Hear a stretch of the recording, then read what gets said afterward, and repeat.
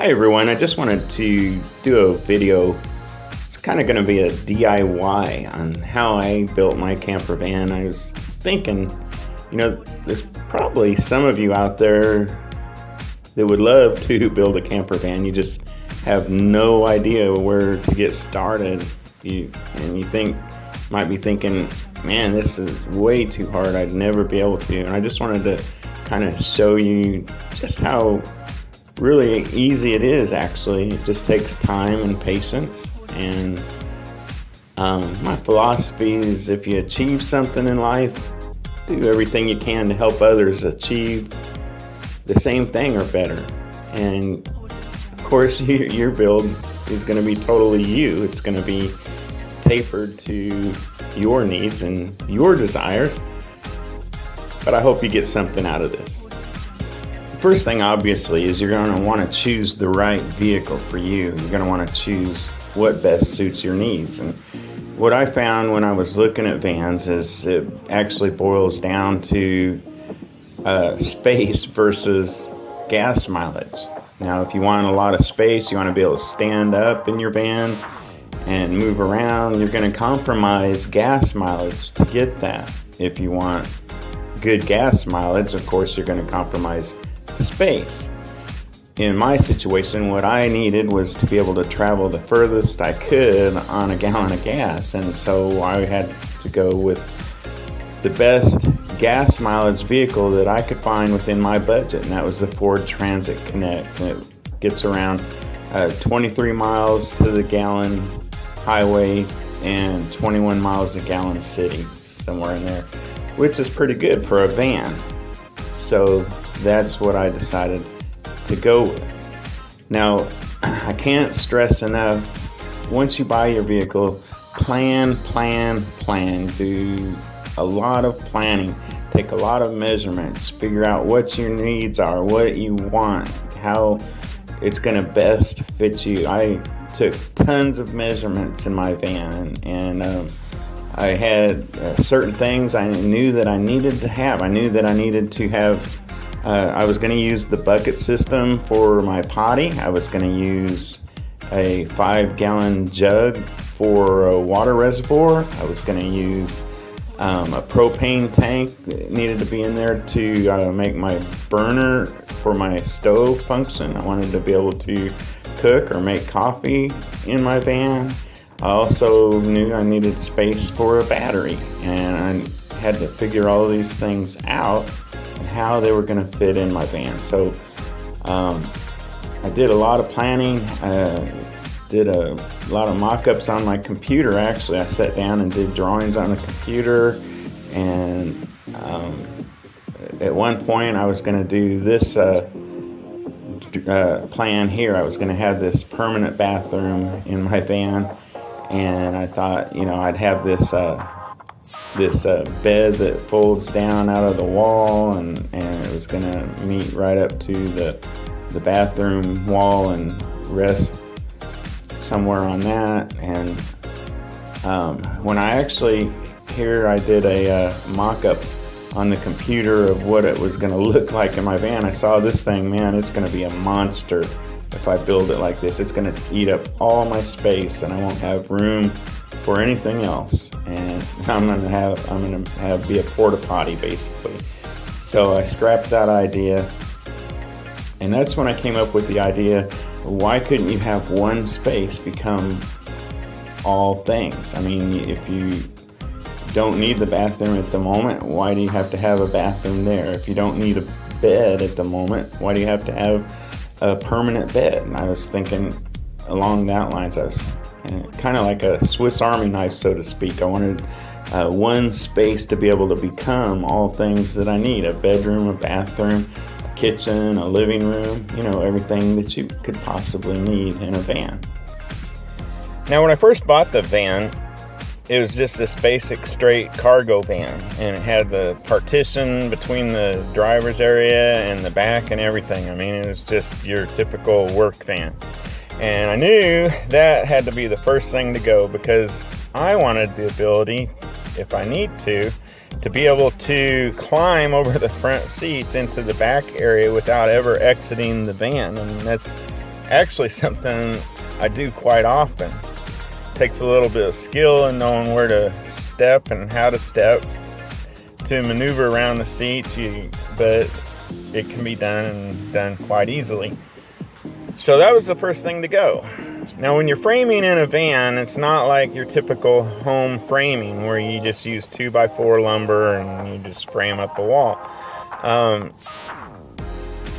The number one concern that you have to think about is weight. You don't want to use a lot of heavy lumber that's going to weigh your whole thing down there, and then you're going to just lose everything you gained in gas mileage by hauling all this weight around all the time. So I went with 1x1 material as my basic structure, and my plan was to cover all of that with just a thin plywood and actually use speaker fabric covered over that to give the appearance of, upholstery or that finished look. I'm not a good finished carpenter, and I don't know how to stain and paint. Plus, I wasn't sure about the fumes from that. I didn't know if that would be healthy, being back there breathing that. So I decided just to go with the speaker fabric. I got everything laid out. Now, when you're framing, what you want to do is you always want to have a bottom plate and a top plate. And so I laid out the bottom plate exactly where everything was going to run. And then I used these self-drilling sheet metal screws to drill down into the floor, the metal floor of the van, to attach it to the floor. Of course, I was careful to make sure I wasn't hitting anywhere close to a gas line or gas tank or anything like that. I watched out where I was drilling.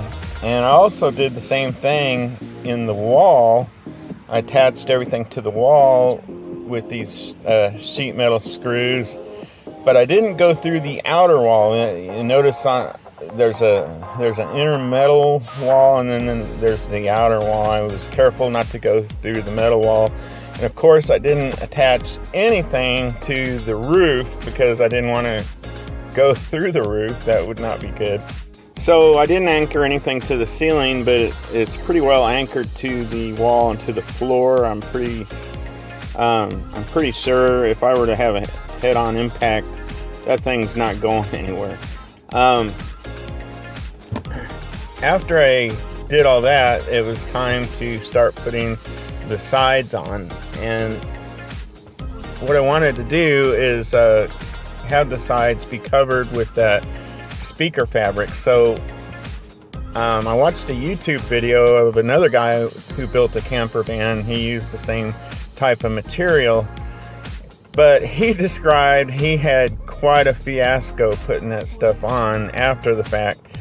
And I started thinking about it. I was like, why can't you just cut your piece of plywood out that fits in there, then go ahead and glue the fabric on first, and then put the plywood up and screw it on? And so that's what I did, and it worked amazingly well. It was just perfect. Now, to get all the contour shapes and curves and stuff right, what you really need to do is take a piece of cardboard. I had some old styrofoam packing material that I used, but you want to use something that you can use as a template to get the curves just right. And that's the way I made my pieces of plywood. I got a template made, then I laid it out, cut it all out, and made sure I fit it in there several times, made sure everything was fitting just perfect before I ever got to the fabric stage. Then you just buy this, it's material adhesive that they sell. You can just buy at Walmart or anywhere, and I sprayed. It's almost instantaneously drying. It's pretty good stuff. It just, there's no waiting at all. You spray it on, lay your fabric over it, then you just trim around it. Now when you lay it on, you want to leave about an inch to hang over, and what I would do is I would leave about an inch hanging over, and then I would glue the backside down so that it had a good smooth edge on the outside, and then I would just put the piece of plywood up where it goes and screw it in, and it turned out amazingly well. I think it ended up looking pretty good, and I did the same thing with the cabinets. I just used plywood, and I found me some hinges and hinged the plywood. Now you want to make sure that you find some really shallow screws if you're using thin plywood.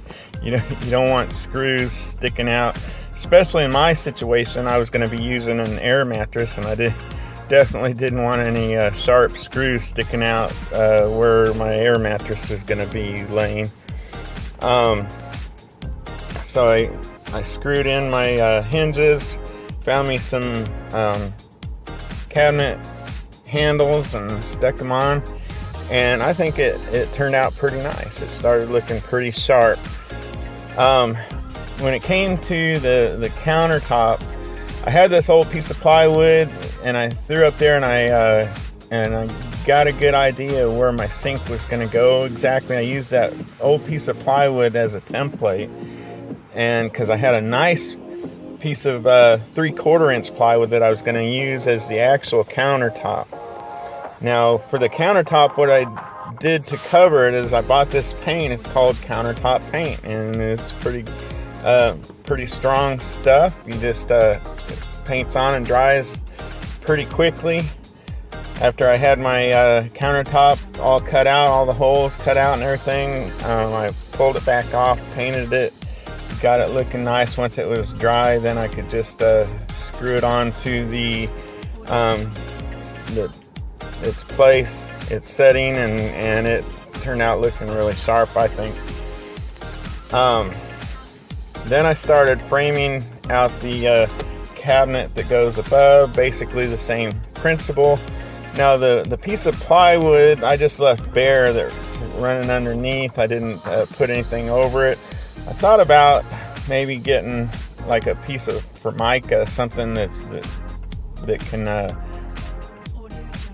heat retardant, but I haven't really thought it was exactly what I want to put up there just yet. I just left it bare.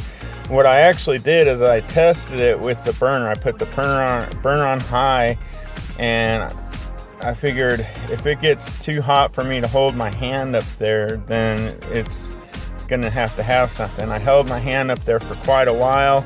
I was able to hold it there the entire time. It didn't get too hot, and so I think it's pretty safe from fire.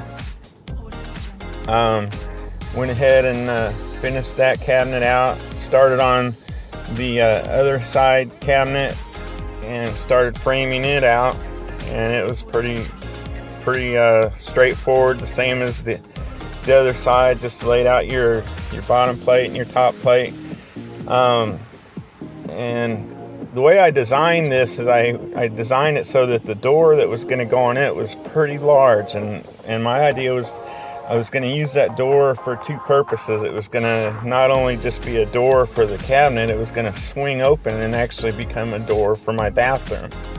And after I got it up there and got it screwed in and it was all covered with fabric, I think it turned out amazingly well, and it fits just perfect right there. When you swing it all the way open, it becomes a privacy partition to your bathroom. Now for the flooring, I had saw a lot of different YouTubers. They did different type of flooring, and I started thinking, I want to be able to use my floor to actually, if I need to haul something back here, I want to be able to just pull my carpet back and haul it. So I took the lazy route out. I just laid a piece of carpet over the floor, got it cut out to where it fits, and I think it turned out looking nice, and it's fine for me.